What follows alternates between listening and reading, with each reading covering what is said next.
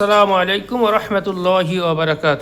তাকতি number 19 আমরা শিখব মাদ এর বর্ণনা। মাদ অর্থাৎ প্রাণ দিয়ে পড়তে হয়, 3 আলিফ 4 আলিফ একটা মাদ, এক বড় অক্ষর, এই যে চিহ্ন এটা দেওয়া আছে এখানে, এই চিহ্নটা হচ্ছে মাদ।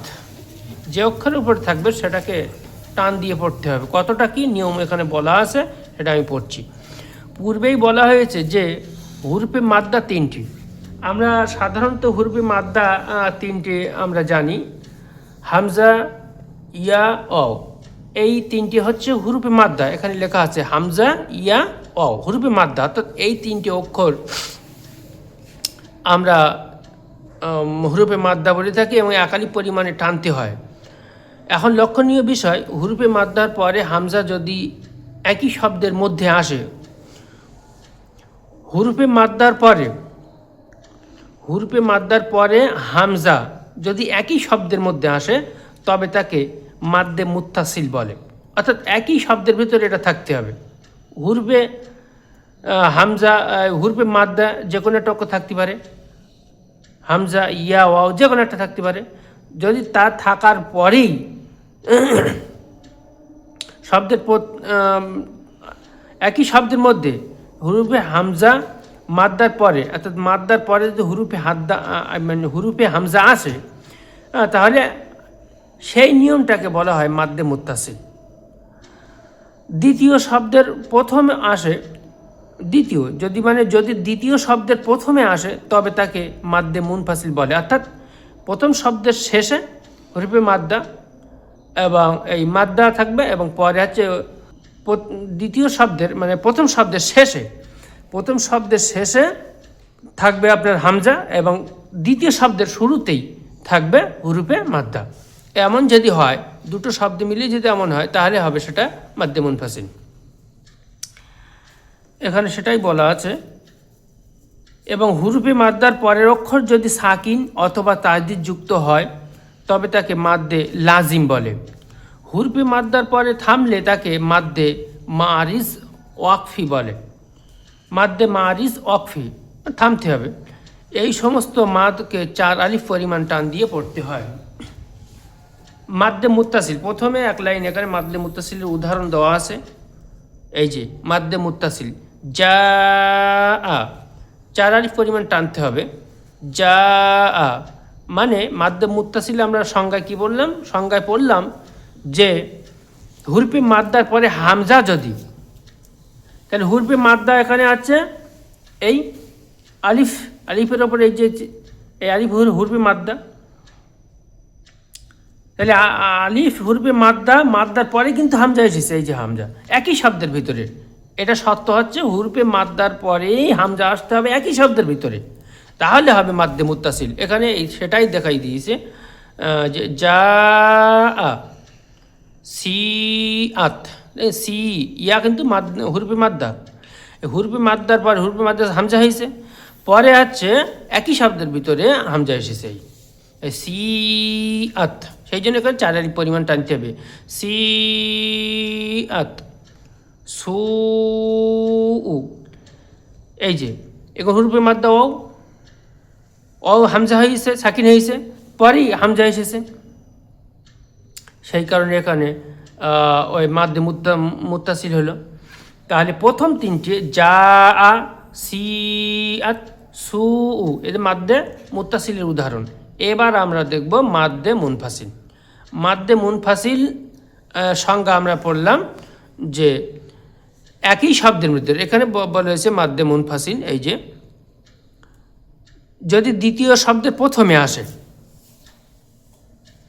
হামজা যদি দ্বিতীয় শব্দের, এই যে হামজা যদি দ্বিতীয় শব্দের প্রথমে আসে, এই যে দ্বিতীয় শব্দ ফি আলাদা, আবার এই দ্বিতীয় শব্দ হলো আমরিন একটা শব্দ, এই দ্বিতীয় শব্দের প্রথমে হামজা, এই যে এখানে যেখানে বলা আছে সংজ্ঞা, ঠিক সংজ্ঞার সঙ্গে মিল আছে এখানে। যদি দ্বিতীয় শব্দের প্রথমে হামজা আসে তবে তাকে মাদ্দে মুনফাসিল বলে। অর্থাৎ এই যে উদাহরণ এখানে ফি আমরিনা, ফা ইয়া যে ফি, এই যে ইয়া হুরফে মাদ্দা, এই হুরফে মাদ্দা এখানে সাকিন হয়েছে, জজম হয়েছে বা হামজা যাই বলেন হয়েছে, তারপরে কিন্তু হামজা এসেছে। এই যে তাহলে ফি আমরিনা ক্বালু ইন্না, এই যে ক্বালু, এখানে 4 আলিফ পরিমাণ টানতে হবে, যেহেতু এখানে মাদ্দে মুনফাসিল হচ্ছে। হুরফে হামজা দ্বিতীয়, এই যে হুরফে মাদ্দা আছে দ্বিতীয় অক্ষরের প্রথমেই, হ্যাঁ, এই যে হুরফে মাদ্দা ওয়াও, দ্বিতীয় শব্দ হচ্ছে ইন্না, ইন্নার প্রথমে হামজা আছে, মানে এই যে তার কারণে কিন্তু এখানে মাদ্দে মুনফাসিল হলে এবং 4 আলিফ পরিমাণ টানতে হবে। ইন্না আনসালনা, এই ইন্না, ইন্না এখানে না লাস্টে কিন্তু শেষে আছে হুরফে মাদ্দা, পরে আছে কিন্তু দ্বিতীয় শব্দের প্রথমে আছে কিন্তু প্রথমে আছে হামজা, যার কারণে এখানে এটা হলো মাদ্দে মুনফাসিল, 4 আলিফ পরিমাণ টানতে হবে। এবার আমরা দেখব মাদ্দে লাজিম। এখানে মাদ্দে লাজিমের 3টি উদাহরণ দেওয়া আছে। আমরা মাদ্দে লাজিম পড়লাম, এই যে এখানে সংজ্ঞা পড়লাম।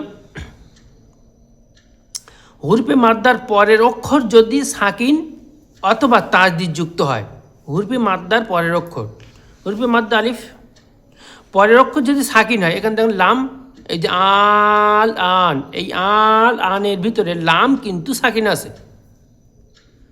সেই কথা এখানে বলা হচ্ছে যে হুরফে মাদ্দার পরের অক্ষর যদি সাকিন হয়, এই যে হুরফে মাদ্দা হচ্ছে আলিফ হামজা, এই আলিফ হচ্ছে হুরফে মাদ্দা, এই আলিফের পরেই কিন্তু অক্ষর লাম, লাম কিন্তু সাকিন হয়েছে। তাই বলছে হুরফে মাদ্দার পরের অক্ষরই যদি সাকিন হয় অথবা তাজদিদ যুক্ত হয়, অথবা তাজদিদ আছে, সাকিন নেই কিন্তু তাজদিদ আছে, তাহলে তাকে মাদ্দে লাজিম বলে। এই যে এখানে আল আন, এবার হুরফে মাদ্দার পরের অক্ষর সাকিন পড়লাম এই শব্দের ভিতরে, পরের এই উদাহরণটার ভিতরে দেখব আমরা কি আছে। হাজুকা, এই যে এখানে আছে তাজদিদ। সংজ্ঞায় আমরা পড়েছি হুরুফে মাদ্দার পরের অক্ষর যদি সাকিন হয় অথবা তাজদিদ যুক্ত হয়, এখানে তাজদিদ আছে, এই যে জিম, জিমের ওপর তাজদিদ। ঠিক হুরুফে মাদ্দা আলিফ, আলিফের পরের অক্ষরই কিন্তু তাজদিদ আছে, তাহলে এটা হবে কি মাদ্দে লাজিম, 4 আলিফ পরিমাণ টেনে পড়তে হবে। হাজুকা, তারপর আছে অসফাতি, এই যে অসফাতি, স টেনে পড়তে হবে। তাহলে এখানে হুরুফে মাদ্দার পরে কিন্তু এই তাজদিদ আছে, এই যে যার কারণে 4 আলিফ টেনে পড়তে হবে। অসফাতি।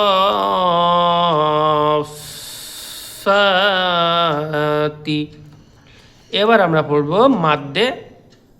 মাদ্দে আরিজ, অফ করতে হবে, অফ।